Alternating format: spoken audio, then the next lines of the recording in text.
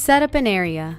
Go to the Area tab, select 2 corner, then move the machine or needle where the second point should be and select 2 corner again. Then move the machine back to where it was before, so it's where it needs to be when it's time to start quilting.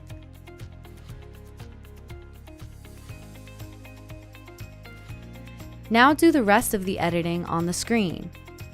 On the right side of the screen, it shows the area, so make the space 45 by 70 inches. Then refresh the screen. Now that the entire quilt is visible, import the design. Select File, Design, Open,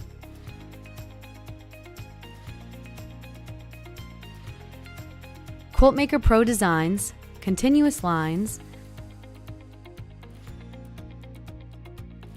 and select Field of Flowers.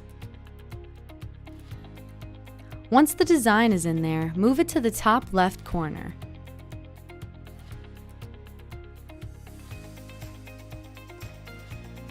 Then go up to Repeat so this pattern can be repeated in order to create a pantograph out of it. Next, go to the right side of the screen and underneath Horizontal, select the word Fit. Once that's selected, it will fill the area with copies of the design. Still under Horizontal, go under Gap and select P to P so that all the starts and stops will connect. Now select the plus button under Repeats and add a 4th repeat across.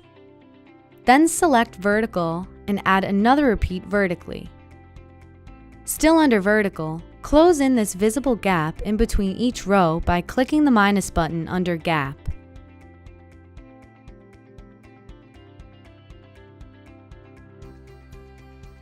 Then select Stretch vertically, and then under Horizontal select Stretch so that everything stays inside the pink lines.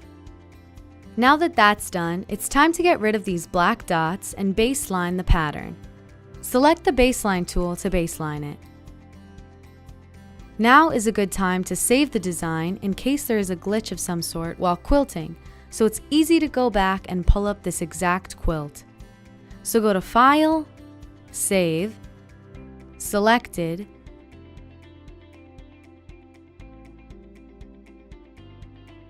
clear this and type in Quilt 1 and save it.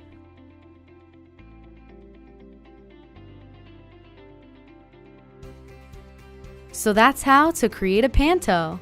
Now click Quilt, Run, then Proceed, and the quilt will start quilting.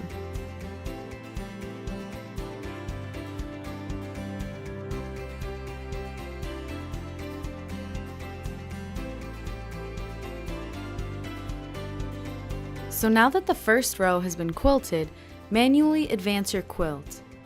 Click on the drag button to the left of the screen and then physically drag up the needle of the machine to where the bottom of the leaf is now and drop it into place by going back to the screen and clicking the drop tool again. When dragging the machine manually, the screen will automatically follow your movement. Now press resume to start quilting the second row.